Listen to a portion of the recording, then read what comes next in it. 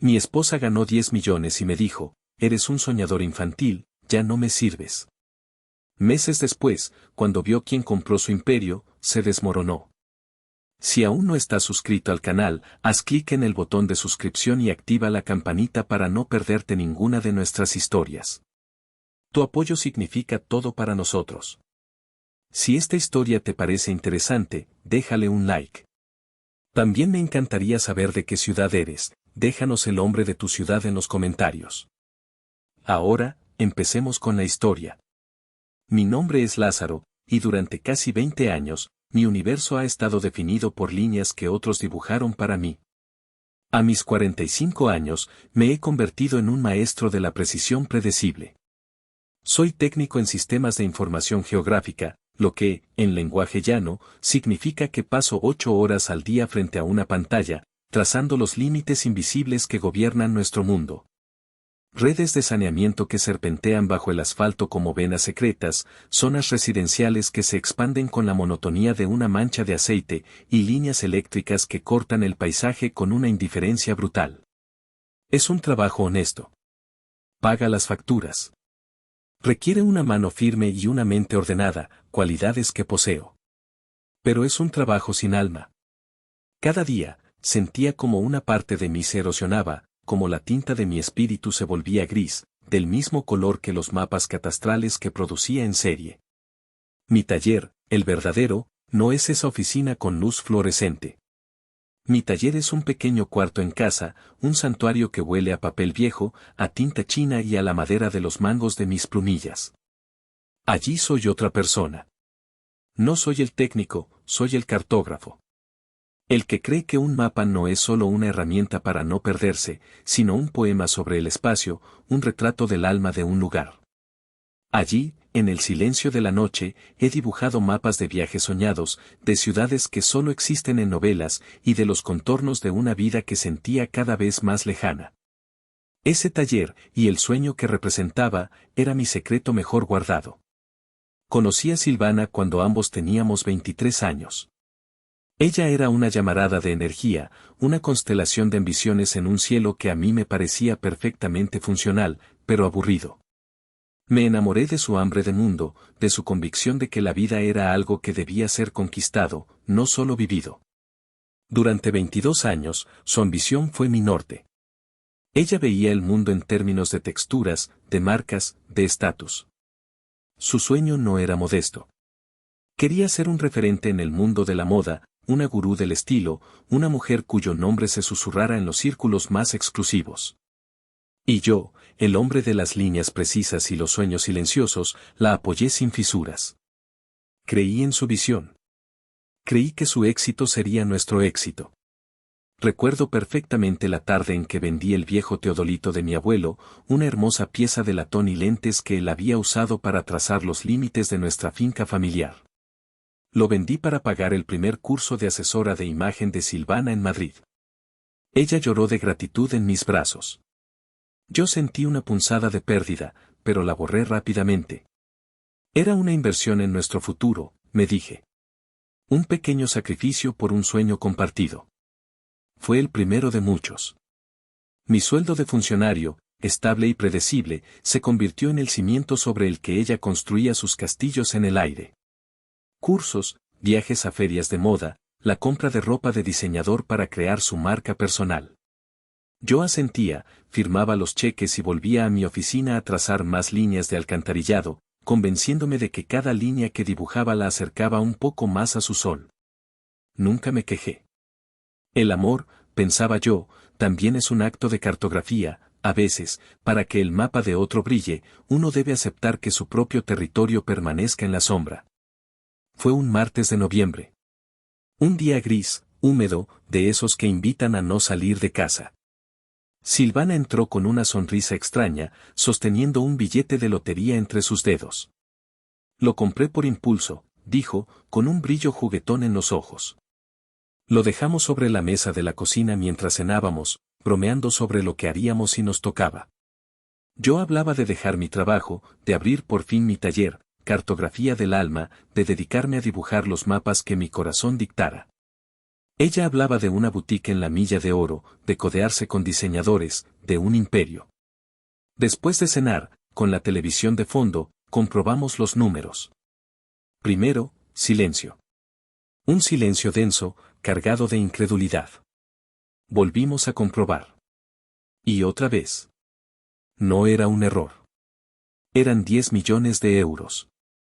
La reacción de Silvana fue como una explosión. Un grito que se convirtió en risa, y luego en lágrimas. Un éxtasis casi violento. Mi reacción fue un silencio profundo. Sentí como si el suelo bajo mis pies, ese terreno firme y conocido que había cartografiado durante toda mi vida, de repente se hubiera vuelto líquido. Para mí, era la libertad. Para ella, me di cuenta en ese instante, era algo muy distinto. Era la confirmación. La prueba irrefutable de que estaba destinada a un mundo mucho más grande que el nuestro. La primera semana fue un borrón de llamadas, de visitas al banco, de champán que sabía a irrealidad. Yo intentaba hablar de planes, de cómo organizaríamos el dinero, de mi taller. Pero la frecuencia de Silvana ya era otra. Su vocabulario cambió de la noche a la mañana. Ya no hablaba de nuestros sueños, sino de mi proyecto. Las palabras nosotros y nuestro empezaron a desaparecer de sus frases, reemplazadas por un yo rotundo y constante. A los 10 días, apareció en casa un hombre llamado Adrián. Se presentó como consultor de marcas de lujo. Era un tipo de sonrisa fácil, traje impecable y un reloj que probablemente costaba más que mi coche. Silvana lo había contratado para definir su estrategia de posicionamiento. Las conversaciones en nuestra mesa ya no eran sobre qué película ver o a dónde ir el fin de semana. Eran sobre branding, target demográfico, mercados exclusivos y experiencias de compra inmersivas. Yo me sentaba con ellos, intentando seguir el hilo, pero me sentía como un explorador antiguo tratando de entender un manual de física cuántica.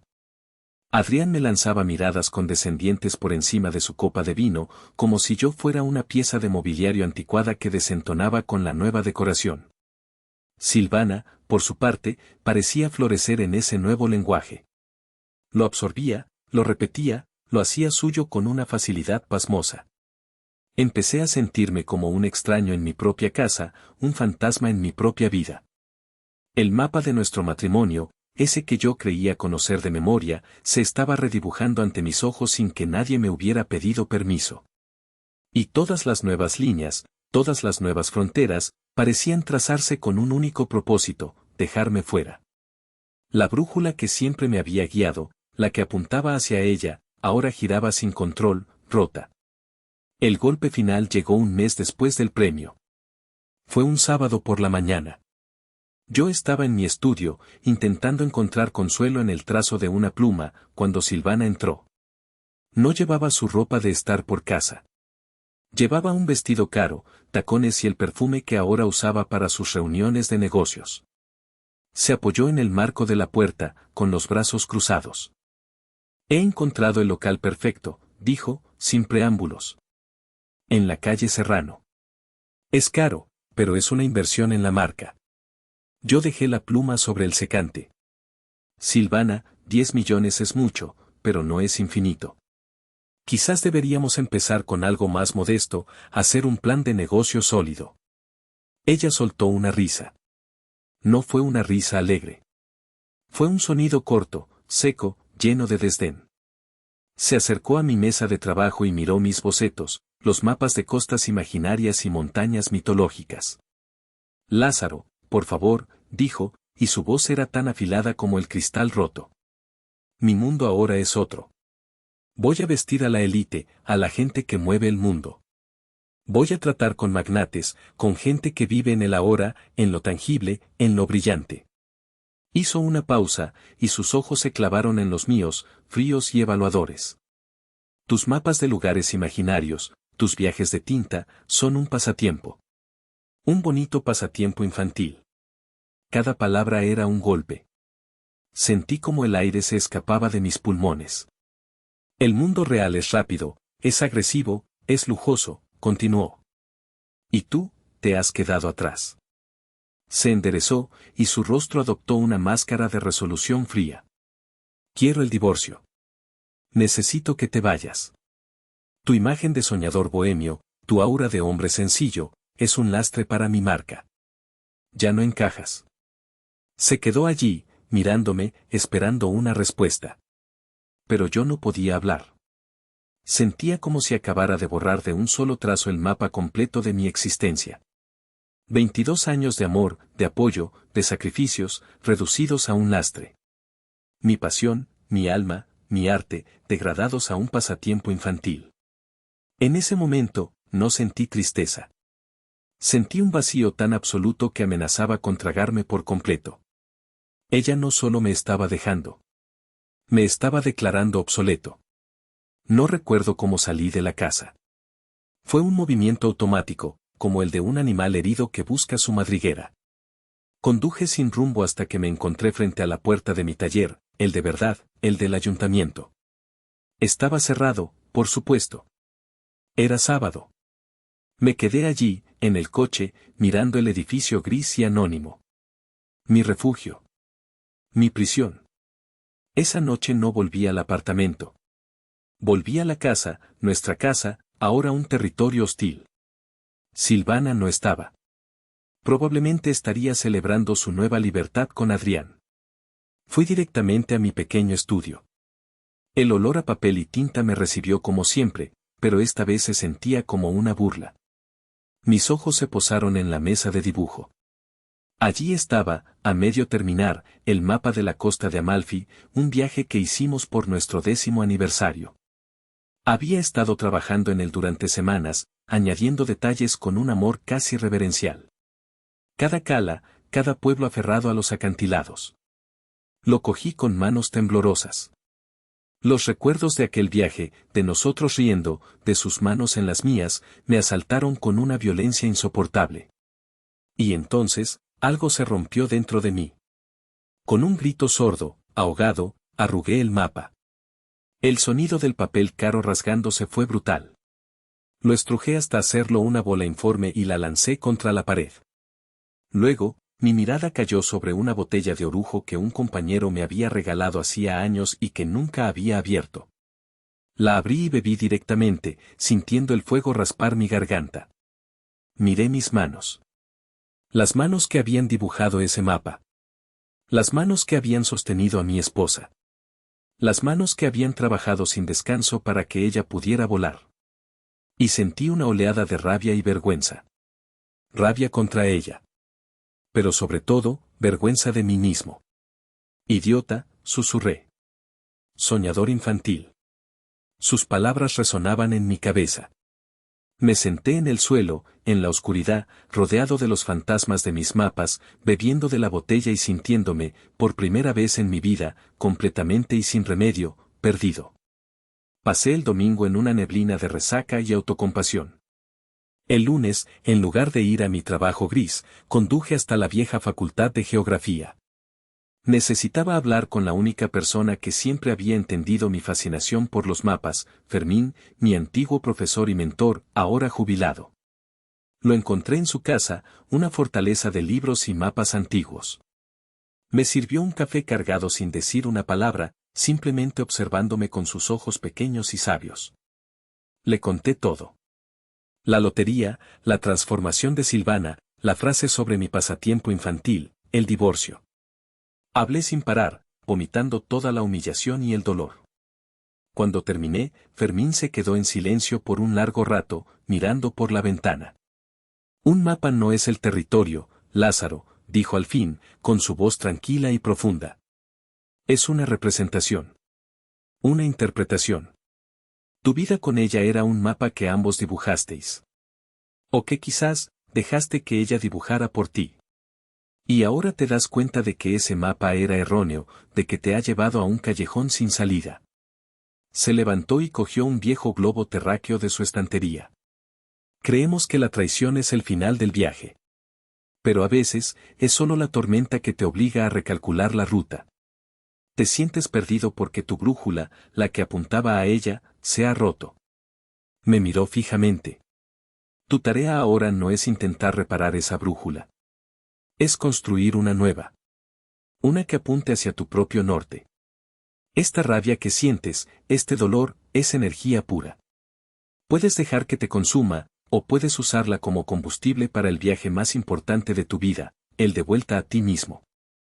Señaló los mapas que cubrían sus paredes. Un cartógrafo sabe que el terreno más difícil de mapear es el propio corazón. Pero también sabe que siempre, siempre, hay un camino. Ahora tienes los recursos. Tienes el talento. Y tienes una razón. Deja de mirar el mapa roto de tu pasado. Es hora de empezar a dibujar el tuyo, uno verdadero. Las palabras de Fermín no fueron un consuelo fácil. Fueron un desafío.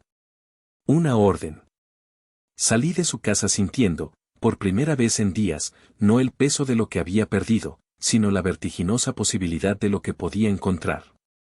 La primera indicación de Fermín fue clara: busca un buen abogado. No un amigo, no un conocido. Un profesional frío y eficaz. Así fue como llegué al despacho de Clara, una mujer de mi edad con una mirada directa y un apretón de manos firme. Le expliqué la situación. Ella escuchó sin interrumpir, tomando notas en un bloc de hojas amarillas. Su rostro no mostraba compasión, sino un interés agudo, casi quirúrgico. Bien, dijo cuando terminé. La ley está de tu parte. El premio se ganó durante el matrimonio, es un bien ganancial. Te corresponde el 50%, sin discusión. Sin embargo, no fue tan sencillo. Silvana, aconsejada por el escurridizo Adrián, intentó jugar sucio. Su abogado nos envió una propuesta inicial ridícula, argumentando que el concepto y la visión de la marca que ella iba a crear con ese dinero eran de su exclusiva propiedad intelectual. Intentaron argumentar que mis años de trabajo como funcionario no habían contribuido directamente a su potencial de éxito, y que por lo tanto mi parte debía ser considerablemente menor. Fue una bofetada más, una humillación legal. Sentí la rabia hervir de nuevo, pero Clara la contuvo con un gesto de la mano. Tranquilo, Lázaro. Esto es teatro. Están probando tus límites. Clara contraatacó con una precisión devastadora. Preparó un dossier detallado que demostraba, año por año, cómo mi salario íntegro había sido el soporte de nuestra vida en común, liberando a Silvana de cualquier responsabilidad financiera y permitiéndole dedicarse por completo a sus proyectos. Incluyó los costes de sus cursos, sus viajes, todo. Demostró que sin mi trabajo sin alma, su visión nunca habría pasado de ser una fantasía. La batalla duró unas semanas. Fueron semanas tensas, de correos electrónicos cortantes y negociaciones a través de terceros. Pero al final, ante la evidencia abrumadora y la amenaza de Clara de llevar el asunto a un juicio público que mancharía la marca impecable de Silvana antes incluso de nacer, cedieron. Un día, Clara me llamó. Ya está. Han aceptado el 50%. Mañana firmamos. Colgué el teléfono y sentí una oleada de alivio, pero también algo más.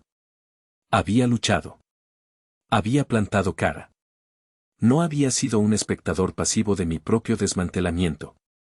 Fue una pequeña victoria, pero fue la primera. Y me supo a gloria. Una vez asegurados los fondos, me mudé a un pequeño apartamento de alquiler en el centro, un lugar anónimo que me servía de base de operaciones. Desde allí, en una especie de exilio autoimpuesto, observé el ascenso del imperio de Silvana. Y digo observé porque era imposible no hacerlo. Silvana Style nació con el estruendo de una campaña de marketing agresiva. Su boutique en la calle Serrano abrió con una fiesta de inauguración de la que hablaron todas las revistas de sociedad.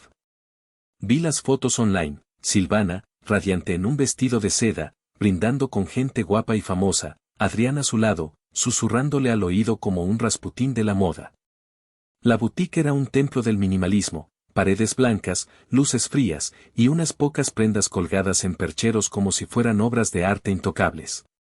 Todo gritaba exclusividad y dinero. Leía sus entrevistas, donde hablaba de democratizar el lujo mientras vendía pañuelos por 500 euros. Hablaba de autenticidad y empoderamiento mientras seguía al pie de la letra los consejos de Adrián, quien, según me enteré por Inés, la dueña del café de mi antiguo barrio, la había convencido de invertir fortunas en colecciones de diseñadores emergentes que nadie conocía. Ropa rarísima, Lázaro, me dijo Inés un día. Parece que la han hecho con cortinas viejas, pero cuesta un dineral. Mientras Silvana construía su espejismo de cristal y acero, yo empecé a construir mi realidad de papel y tinta. Invertí en las mejores herramientas, plumillas japonesas, tintas de pigmentos naturales de todas partes del mundo, papeles de algodón hechos a mano, una mesa de dibujo profesional con retroiluminación. Creé una página web.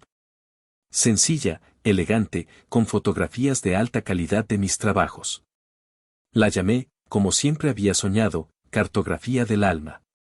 No hice publicidad. Simplemente la puse online. Y entonces, ocurrió algo. Una escritora famosa, a la que yo admiraba profundamente, encontró mi web. Me encargó un mapa del mundo fantástico de su próxima novela. Trabajé en él durante un mes, día y noche, con una dedicación febril. El resultado fue la mejor obra que había hecho en mi vida.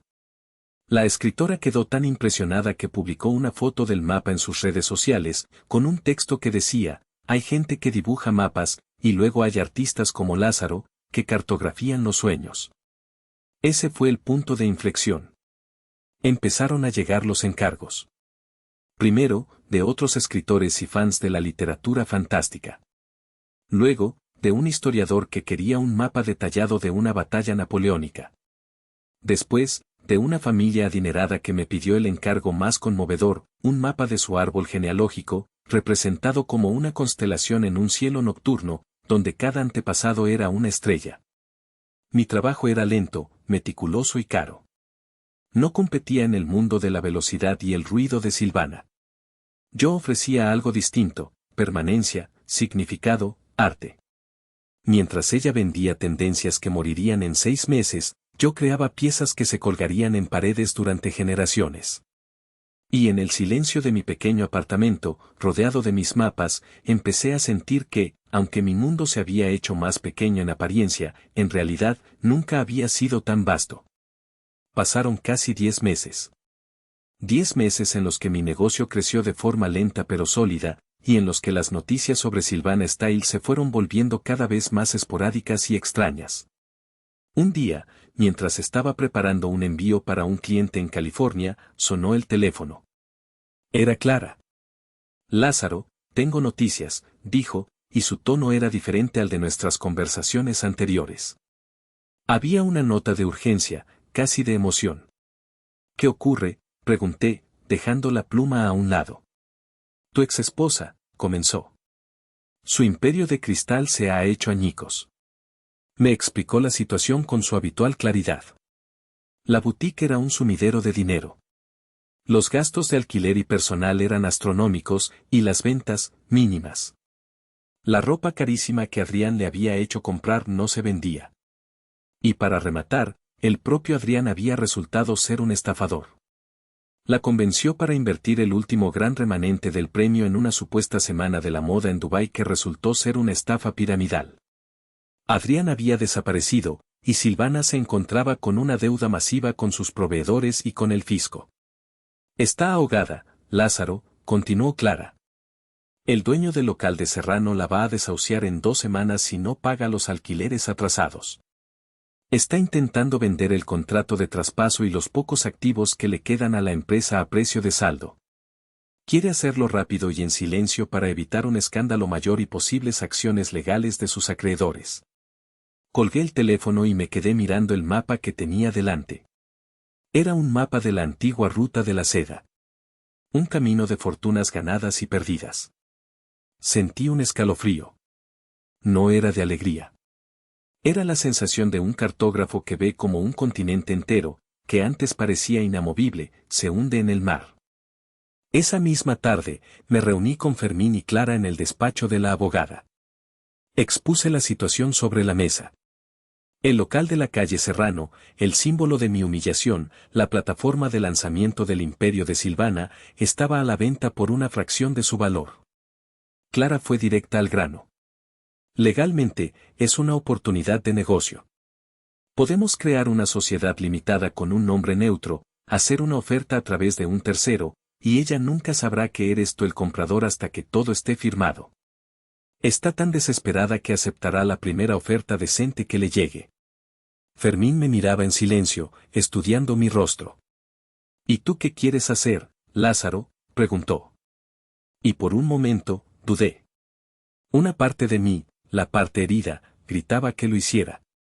Era la venganza perfecta, poética. Comprar las ruinas de su sueño, convertir su templo en mi taller. Pero otra parte, una parte más tranquila, se preguntaba si era el camino correcto. ¿Quería yo construir mi futuro sobre las cenizas del suyo? ¿No era eso rebajarme a su nivel? Expresé mis dudas en voz alta. Fermín asintió lentamente. Se levantó, se acercó a la ventana y miró la calle. No estás comprando su fracaso, Lázaro, dijo, dándome la espalda. El fracaso es suyo, y solo suyo. Lo que estás comprando es un espacio. Un territorio. Un lugar con un significado. Se giró para mirarme. Piensa en ello como un cartógrafo. A veces, para dibujar un mapa nuevo y preciso, primero hay que adquirir un territorio que ha sido mal gestionado, que ha sido abandonado. No lo haces por rencor hacia el antiguo dueño. Lo haces por el potencial del lugar. No se trata de venganza, Lázaro. Se trata de reconquista. De reclamar un espacio que te fue arrebatado simbólicamente y darle el propósito que debió tener. Sus palabras resonaron en mí. Tenía razón. No se trataba de ella. Se trataba de mí. Se trataba de darle a mi arte el hogar que se merecía. Miré a Clara. Hazlo, le dije, con una nueva resolución en la voz. Prepara la sociedad. Haz la oferta. Clara sonrió por primera vez. Una sonrisa pequeña, pero afilada como un bisturí. Será un placer. 2 semanas después, tenía las llaves en mi mano. Entré en el local. El olor a perfume caro y a decepción todavía flotaba en el aire. Los percheros de cromo estaban vacíos, las paredes blancas y desnudas parecían gritar soledad. El lugar que había sido diseñado para ser el epítome del lujo ahora parecía un mausoleo frío y estéril. Pero yo no veía un final. Veía un comienzo. La transformación duró 2 meses. Arranqué las luces frías y las reemplacé por lámparas cálidas de estilo industrial. Las paredes blancas fueron cubiertas por estanterías de madera de roble oscuro, hechas a medida. Llené esas estanterías con cientos de libros de historia, de viajes, de geografía. Compré globos terráqueos antiguos, astrolabios, sextantes. Y en el centro del local, majestuosa, instalé una enorme mesa de dibujo de roble macizo, iluminada por una lámpara de brazo articulado. Cartografía del alma había encontrado su hogar. El espacio era ahora una mezcla entre el estudio de un explorador del siglo XIX y una biblioteca universitaria. Era cálido, acogedor, olía a madera y a papel. Era un lugar que invitaba a soñar, a viajar con la mente. Un mes después de la apertura, una prestigiosa revista de diseño y arquitectura me dedicó un reportaje de 6 páginas. El titular era, El artesano que construyó un palacio de sabiduría donde otros vieron un escaparate vacío. Las fotos eran espectaculares. Mostraban mis mapas colgados como tapices, las herramientas dispuestas con un orden artístico, la luz cálida bañando cada rincón. El artículo se volvió viral. Mi lista de encargos se disparó. Ahora tenía clientes de todo el mundo. Un jueves por la tarde, mientras estaba dando los últimos toques a un mapa de la Patagonia para un cliente en Sydney, la campanilla de la puerta sonó. Levanté la vista, esperando a un mensajero. Era Silvana. Me quedé helado por un segundo. Estaba más delgada. Su ropa, aunque seguía siendo de marca, parecía colgarle de los hombros como un disfraz mal ajustado. Su rostro estaba desprovisto del brillo arrogante que yo recordaba, en su lugar había una palidez de derrota. Se quedó parada en medio del local, mirando a su alrededor con los ojos muy abiertos. Miraba las estanterías, los libros, los mapas, mi mesa de trabajo. Su antiguo templo de la superficialidad, ahora convertido en un santuario del conocimiento y el arte. Así que fuiste tú, susurró, y su voz era apenas un hilo. Se acercó un poco más. Todo esto, ¿lo hiciste para reírte de mí? ¿Para humillarme? Dejé la plumilla en su soporte y me limpié las manos con un trapo, con calma. La miré directamente, y me sorprendió no sentir ni una pizca de la antigua rabia. Ni rencor. Solo una distancia inmensa, como la que separa dos continentes. Te equivocas, Silvana, dije, y mi voz sonó tranquila, firme. Hace mucho tiempo que esto ya no se trata de ti.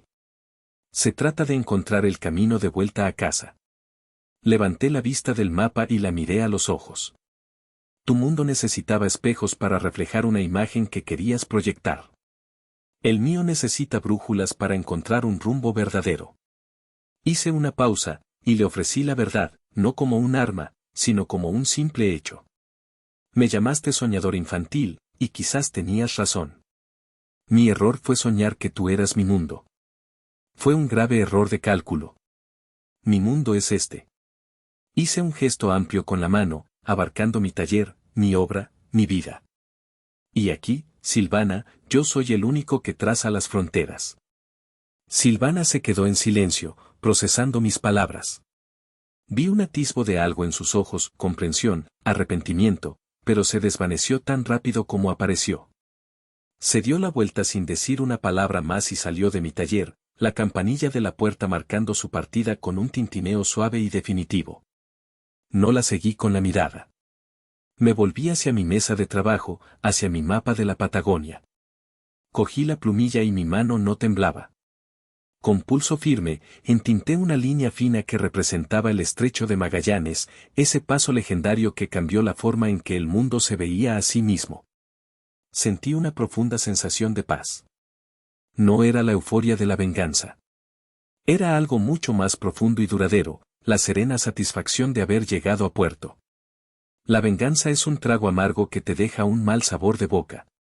La paz, en cambio, tiene el sabor del trabajo bien hecho. En ese momento, sonó el teléfono. Era un número internacional, de Noruega. Atendí. Era el director de un museo marítimo en Oslo. Había visto el artículo sobre mi trabajo y quería encargarme una serie de mapas históricos sobre las expediciones de los vikingos a través del Atlántico Norte. Un proyecto de 1 año. Un sueño. Mientras hablaba con él, mi mirada se posó en un pequeño mapa enmarcado en la pared, uno que había hecho para mí mismo. Era un mapa del barrio donde había crecido, con anotaciones personales, la casa de Fermín, el café de Inés, primer beso. Un recordatorio de mis orígenes, de mi verdadero norte. Colgué el teléfono y sonreí. El local que Silvana había elegido para impresionar al mundo se había convertido en mi ventana al mundo.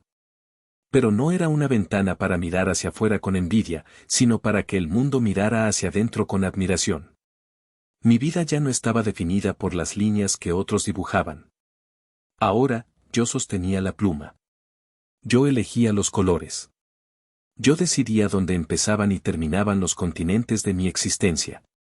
Me di cuenta de que Silvana no me había quitado nada que fuera esencial.